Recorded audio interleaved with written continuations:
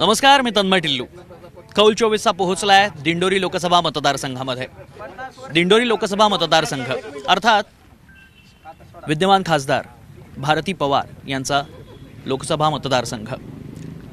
खासदार या आरोग्य राज्यमंत्री आहेत, मात्र दिंडोरीमध्ये म्हणावा तसा आरोग्याचा विकास झाला आहे का? इथला शेतकरी, इथला द्राक्ष उत्पादक, इथला कांदा उत्पादक, त्याच्या नेमक्या समस्या काय आहेत, नेमकं काय घडतं या मतदारसंघात, तेच जाणून घेण्यासाठी थेट मैदानात आलेलो आहे दिंडोरी लोकसभा मतदारसंघामध्ये. सुरुवात करणार आहोत अर्थातच सत्ताधारी गटापासून, भाजपपासून. काय सध्या चित्र आहे? उमेदवारी जाहीर झालेली आहे भारती पवारांना. पुढचं चित्र कसं असणार आहे? कशी तयारी सुरू आहे सध्या? गेल्या 5 टर्मपासून भारतीय जनता पार्टी या लोकसभेमध्ये निवडून येते. यावेळेसही मागच्या वेळेस 2 लाखाचं लीड होतं, यावेळेस नक्कीच 3 लाखाच्या पुढे भारती पवार निवडून येतील. याला कारण त्यांनी केलेली विकास कामे आणि नरेंद्र मोदींचा करिश्मा. त्यांनी जे जगभरामध्ये जे कामे केले, देशाला ज्या पातळीवर नेऊन ठेवले, त्यामुळे यावेळेस भारती पवार नक्कीच प्रचंड मतांनी निवडून येतील.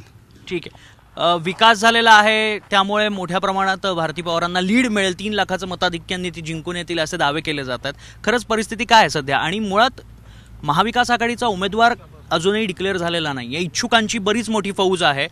काय चित्र आहे एकंदरीत? आता आमच्या मित्रांनी सांगितलं की मतदारसंघात भरपूर विकास झाला आहे आणि त्या 2च्या ऐवजी 3 लाखांनी निवडून येतील.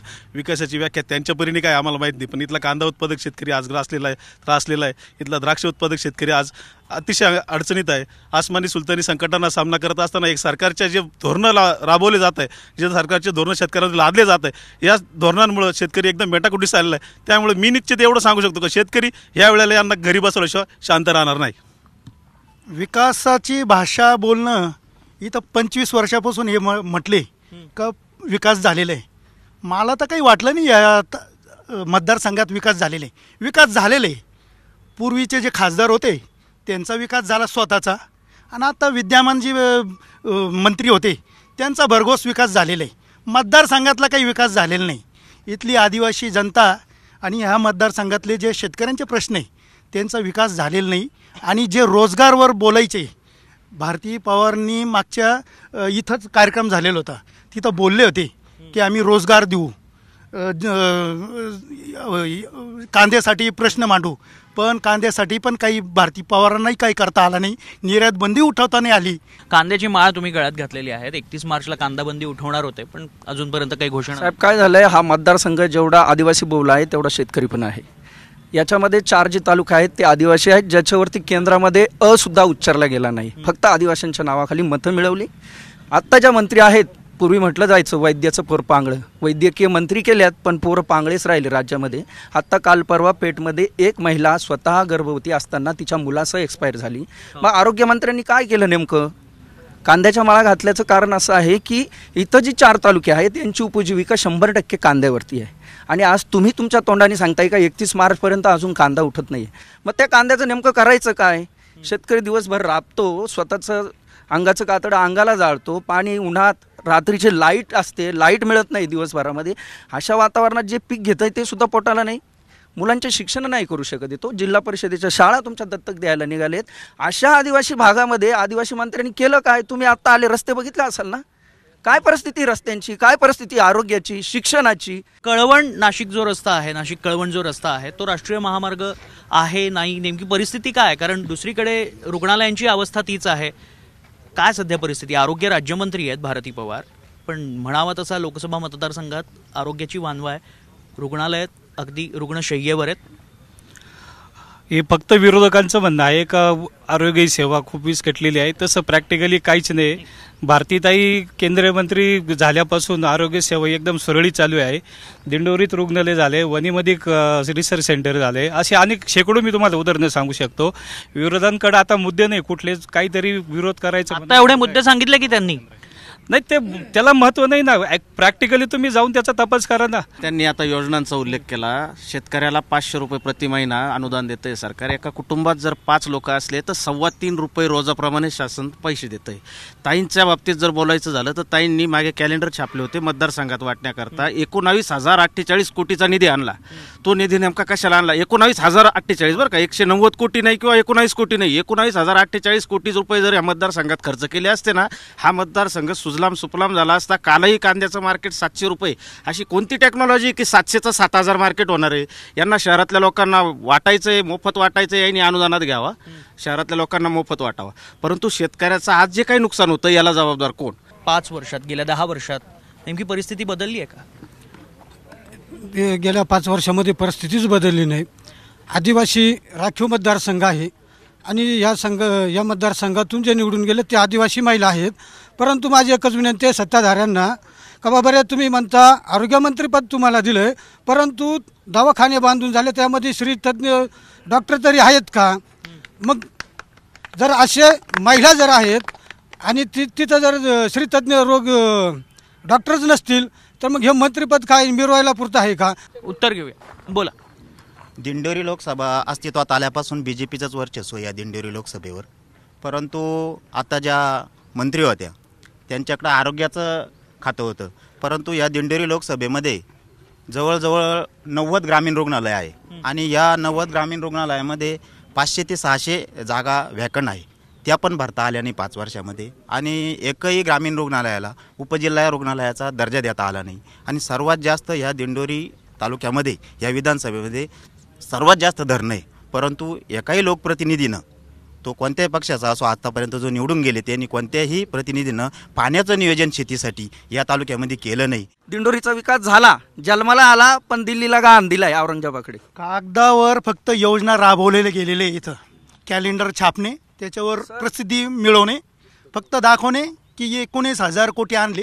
19,000 कोटी या भाऊंनी बोलल्याप्रमाणे ठीक आहे, 19,000 कोटी जर आणले असते मतदारसंघातला एवढा विकास किती काय पलट व्हायला पाहिजे असतं. छान सुपला 53,700 शेतकऱ्यांनी महाराष्ट्रात आत्महत्या केल्या आहेत आणि 46,800 शेतमजूर त्याच्यामध्ये आत्महत्येत आहेत. शेतकऱ्यांचा कर्जबाजारीपणा हा 58% वाढलाय आणि जगाच्या पाठीवर हा देश 107 नंबरला गरिबीमध्ये आहेत. याची उत्तरं दिली पाहिजेत साहेब. अदानी इथं जे प्रोजेक्ट उभे राहणार होते ते सगळे प्रोजेक्ट गुजरातला का जात आहेत? केंद्रीय मंत्री आहात ना, एखादा इथे आणायला पाहिजे होता ना.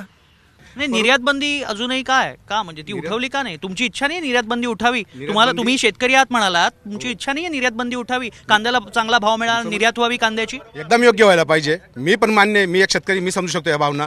निर्यात बंदी उठवायलाच पाहिजे, हे एकदम 100% खरं आहे. परंतु तुम्ही मागणी केली भारतीताईंकडे? एक मिनिट, परंतु भारतीताईंनी वेळोवेळी त्यांनी केलेले द्राक्षाचे कंटेनर उरणमध्ये अटकले होते मागच्या वेळेस, तर त्यांनी लगेच केंद्राशी संपर्क करून ते उरणमधून जेवढे अटकलेले होते, थांबलेले होते जहाज, तेवढे पूर्ण प्रदेशात विक्री करून पाठवले. कांद्याच्या बाबतीत सुद्धा केलं. नाफेडने कांदा केला तरी विरोधी पक्षवाली बॉम्बटा मारताय. यांच्या काळामध्ये कांदा सडलेला बघितला, यांनीच यांच्या नेत्याला कांदा मारलेला आहे. एक मिनिट, यांनी यांच्या नेत्याला कांदा पण मारलेला आहे. त्यावेळेस आता काही फार वेगळी परिस्थिती असं नाही ना, पण कांदा शेतकरी अजूनही नाडला जातोच आहे. सगळ्यात महत्त्वाची गोष्ट सत्ताधाऱ्यांची आणि विरोधकांचे दोन्ही मुद्दे आपण बघितले आहे. सगळ्यांचा प्रश्न कांद्यापाशी अडलेला आहे. ते सत्ताधाऱ्यांनी मान्य केलं, विरोधकांनी मांडलं. परंतु कांद्याला हमीभाव भेटला पाहिजे, पण तो भेटणार कसा? इथं कांद्यावरती प्रक्रिया करणारे डिहायड्रेशनचे प्रोग्राम म्हणजे आणले पाहिजे होते, ते आत्तापर्यंत सत्ताधाऱ्यांनी आणले नाही आणि विरोधकांनी आणले नाही. आम्हाला इन्फ्रास्ट्रक्चर तिथं द्यायचं असेल, कांद्याला हमीभाव द्यायचा असेल तर इथं त्याच्यावरती प्रक्रिया करणारे उद्योग आले पाहिजे होते, ते आत्तापर्यंत आले नाही. हा पहिला मुद्दा. दुसरा मुद्दा आहे की इथं त्यांनी सांगितलं की आम्ही आदिवासी महिलेला राष्ट्रपती बनवलं, हे म्हणतं की बोलवलं नाही. सगळ्यात महत्त्वाची गोष्ट अशी आहे की जंगलांचा जो फॉरेस्ट कन्झर्वेशन ॲक्ट आहे, तो ॲक्ट पारित करण्याचं काम इथल्या भारतीय जनता पार्टीनं केलं होतं. तो आदिवासी समूहाचा विरोधात आहे आणि हा मतदारसंघ हा आदिवासी विरोधात मतदारसंघ आहे. आणि तो फॉरेस्ट कन्झर्वेशन ॲक्ट BJPनं लागू केल्यानंतर इथल्या आदिवासींची भावना ही भारतीय जनता पार्टीपासून तुटलेली आहे, पहिली गोष्ट. आणि सगळ्यात महत्त्वाची गोष्ट अशी आहे की इथला आदिवासी, इथला दलित, इथला गरीब मराठा मनोज जरांगे पाटील उपोषणाला बसल्यानंतर ह्या भारतीय जनता पार्टीनं त्यांच्यावरती ईडीची चौकशी लावायची मागणी केली होती.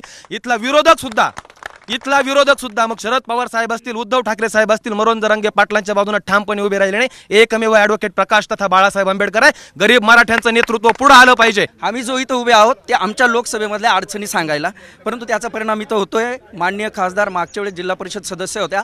उपोषणावरती जिल्हा परिषदेमध्ये राष्ट्रवादी काँग्रेसमध्ये असताना त्यांनी खूप मोठं आंदोलन आणि उपोषण चालू केलं होतं, पण त्याच आज राज्य आरोग्यमंत्री झाल्या आणि त्यांना ह्या वैभवाच्या भ्रमामध्ये तो विसर पडला. दुसरी गोष्ट, पेन्शन योजना बदलणार होते, लागू करणार होते, याच्यावरती त्यांनी वृद्धांचा कधी विचार केला नाही. दुसरा मुद्दा. तिसरी गोष्ट की ज्या इथल्या आता मित्रांनी सांगितलं की गटारी बांधणार का, रस्ते बांधणार का, एम्स रुग्णालयाचं सर मोठं उद्घाटन झालं, आम्हाला पत्रिकाच नव्हती. इंटरनॅशनल लेवलचं. मी स्वतः भारती पवारांना सांगितलं 100 खाटांचं तरी इथं शेजारी तुमचं मोदींबरोबर खूप सौख्य आहे ना, बांधा डांग आणि दिंडोरी नाशिक जिल्ह्याच्या बॉर्डरवरती 100 खाटांचं हॉस्पिटल. त्या बोलल्या आम्हाला काहीच अधिकार नाही म्हणे, सगळं वरून दिलं जातं, तसंच वागतो आम्ही. दिल्लीवारी ज्यांना स्वतःचं 100 खाटांचं हॉस्पिटल या मतदारसंघात बांधता येत नसेल त्यांनी उमेदवारी करावी का, हा माझा प्रश्न आहे. इथं एअरपोर्ट आहे सर, शेजारी एअरपोर्ट आहे शेजारी. शेजारचे खासदार येऊन तुमच्या मतदारसंघामध्ये विमानं चालू व्हावे म्हणून प्रयत्न करतात. तुम्ही दिल्लीला काय करतात?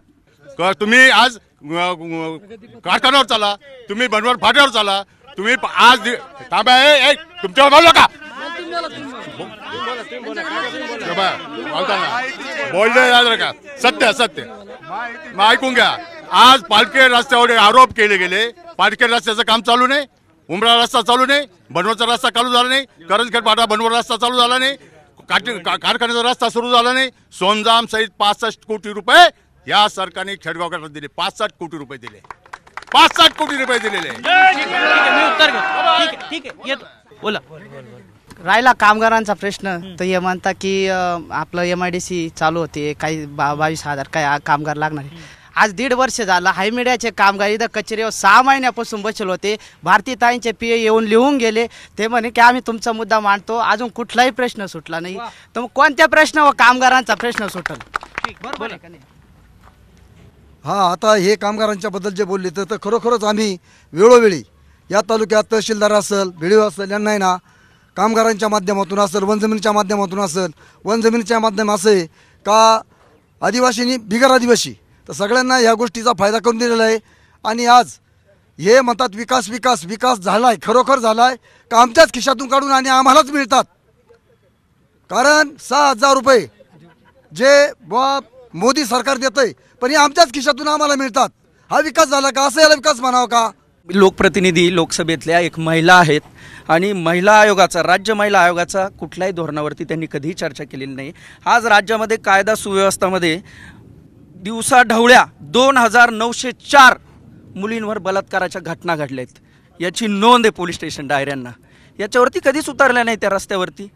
महिलांचं जे कुपोषण होतं आहे, आरोग्याच्या ज्या सुविधा आहे यावरती कधीच त्या बोलल्या नाही. मग संसदेमध्ये नाही बोलता आलं तर कमीत कमी काम तरी करून घ्यायला पाहिजे होतं. एक महिला या नात्याने इथल्या लोकप्रतिनिधीला काहीही महिलांवरती काम करता आलेलं नाही. मागील 10 वर्षामध्ये द्राक्ष शेतीमध्ये खूप मोठा प्रचंड विकास झालेला आहे. मागच्या 5-7 वर्षामध्ये नवीन व्हरायट्या भारतात आलेल्या आहे. भारताचं जे विदेशी धोरण होतं मोदीजींचं, त्या मोदीजींच्या धोरणाचा खूप मोठा फायदा आपल्या 2-3 तालुक्यातल्या द्राक्ष बागायतदार शेतकऱ्यांना होताना दिसतोय. 151 रुपये किलो क्रिम्सन विकत होती, त्यात 170 रुपये किलो विकते. एक्सपोर्टचे द्राक्ष 80-90 रुपयापर्यंत गेले. जर युक्रेनचं युद्ध आणि इस्रायलचं युद्ध जर नसतं तर हे रेट अजून 30 ते 40 रुपयांनी प्लस असते. हा खूप मोठा बेनिफिट पुढच्या 5 वर्षामध्ये आपल्या द्राक्ष बागायतदार शेतकऱ्यांना होणार आहे. प्रचंड प्रमाणात विदेशी कंट्रीमधल्या व्हरायट्या आपल्या देशामध्ये येत आहे आणि त्याचं खूप इंडस्ट्रीमध्ये चांगल्या प्रकारचं योगदान आपल्या शेतकऱ्यांना मिळणार आहे. अशी कोणती टेक्नॉलॉजी आली का 70 रुपये जाणारा कांदा काल 7 रुपयानं विकला? अशी कोणती टेक्नॉलॉजी आणली यांनी? आणि राहिला द्राक्षाचा विषय, द्राक्षाचा बांगलाला आम्हाला सगळ्यांचे द्राक्ष काही एक्सपोर्ट होणं शक्य नव्हतं. बांगलाला आमचं द्राक्ष एक्सपोर्ट व्हायचे, त्यांनी एक्सपोर्ट ड्युटी वाढवली, 110% एक्सपोर्ट ड्युटी केली. का केली? तो लोकल मार्केटमध्ये द्राक्ष येत आहेत. 5 वर्ष फेकून दिला ते सांगत नाही. यंदा उत्पन्न वाढलंय म्हणून त्याला नॅचरली भाव जास्त मिळतोय म्हणून ते आता सांगतात की 107. मागच्या वर्षी 5 रुपये 10 रुपये किलोनी बळजबरीने माल दिलेला आहे. त्याच्याबद्दल यांच्याकडे काय उत्तर आहे? ठीक आहे, उत्तर घेऊयात. मला महिलांची प्रतिक्रिया फक्त एकदा घेऊया. आम्ही 3 वेळा लॉंग मार्च काढले पण आमच्या महिलांचा काहीच विकास झाला नाही. रेशन मध्ये मागण्या काय तुमच्या? आरोग्याचं मागणी आहे, रेशन कार्डाचं मागणी आहे, आमच्या वन जमीन पट्ट्याचं मागणी आहे, आशा वर्करचं मानधनाचं मागणी आहे. हे काहीच झालं नाही. साड्या वाटले भारतीताईने, ते कशाला वाटले? मांजरीचं जाळ तरी बरी. सगळ्यात महत्वाची गोष्ट आहे, इथलं कोणतं बी सरकार असो, आदिवासींच्या या आदिवासी राखीव मतदारसंघ लोकसभा विधानसभा पण आदिवासींच्या ज्या संविधानिक अधिकारावर 5व्या अनुसूचीवर पेसा ऍक्टवर आदिवासींच्या शिक्षणावरती हे बोलत नाही. हे म्हणतात आम्ही तुम्हाला राशन देतो 5 वर्षे. अरे राशन काय देता? आम्हाला शिक्षण द्या, कारण आम्ही शिक्षणाच्या माध्यमातून आमचे हक्क अधिकार मागतील. आमचा जो संविधानिक अधिकार आहे तो मागतील. या आदिवासी समाजाचा सगळ्यात मोठा दुश्मन असेल तो बीजेपी असेल आणि बीजेपीच्या ज्या संघटना असेल ते आम्हाला, या बीजेपीच्या संघटना आम्हाला आदिवासी म्हणत नाही, या वनवासी म्हणतात. वनवासामध्ये कोण गेलं होतं यांनी इतिहास बघावा आणि मग ते वनवासी हम आदिवासी इस देश के मालिक है. हा मतदारसंघ कर्मवीर दादासाहेब गायकवाड त्याचप्रमाणे रावसाहेब थोरात आणि ज्ञानपीठ विजेते विवा शिरवाडकरांचा मतदारसंघ आहे. त्या पद्धतीने विवा शिरवाडकरांच्या नावाने जो कुणी निवडून येईल त्यांच्या नावाने प्रत्येक तालुक्यांमध्ये एक हॉस्टेल पाहिजे आणि त्याला जोडी वाचनालय पाहिजे. मोठ्या प्रमाणामध्ये द्राक्ष बागायतदार आहेत. आमचे द्राक्ष बागायतदार कांद्याची माळ घालून शर्ट फाडून आलेले, करोडो रुपयाचं कर्ज यांचं 25% मुद्दलीच्या माफ झालेलं आहे, OTS झालेलं आहे, तडजोड झालेली आहे. आणि निश्चितच केंद्र सरकारने मोठी योजना बँकेच्या मार्फत राबवलेली आहे आणि ह्याच्याकडे आता बोंबा मारतायत, हेच बोंबा मारतायत. बोला ना, बोला बोला. सर इथं NHB ची सबसिडी दिली जायची, कुठे गेली NHB ची सबसिडी? किती टक्के? सर उद्योग स्थानिक प्रश्न आहे. चेन्नई सुरत मार्गासाठी आपल्या दिंडोरी तालुक्यातूनच रस्ता जातोय, भूमी संपादन झालं, पण शेतकऱ्यांना कवडी मोल भाव मिळालाय तिथे. विहिरीला मिळाले सर, त्या विहिरीला खोदायला 4.5 लाख रुपये लागतात, त्या विहिरीचे 80,000 रुपये देत आहेत. त्या भूसंपादनाची प्रक्रिया चालू आहे, कुठे 40 लाख रुपये एकर देत आहेत, आमच्या भागात 4 लाख रुपये एकर देत आहेत. हे का हे फक्त आदिवासी भाग आहे म्हणून इथं तिथं आमच्या आदिवासी मतदारसंघावर अन्याय चालू आहे. शिवाजी महाराजांच्या स्मारकाचं यांनी उद्घाटन केलं होतं, शिवाजी महाराजांच्या स्मारकाचं उद्घाटन केलं होतं, एक विटाही रचली नाही. यांच्या हातात पूर्ण जग आहे, जगाचे नेते आहेत, यांना एक साधी पर्यावरण खात्याची परवानगी घेता येत नाही का? शिवाजी महाराजांच्या स्मारकाबद्दल पण विचारा सर त्यांना. नक्की डॉक्टर बाबासाहेब आंबेडकरांचं स्मारक 2014 पासून ते 2024 पर्यंत मोदी सरकारने सांगावं की शेतकऱ्यांसाठी एक ठोक निर्णय घेतला.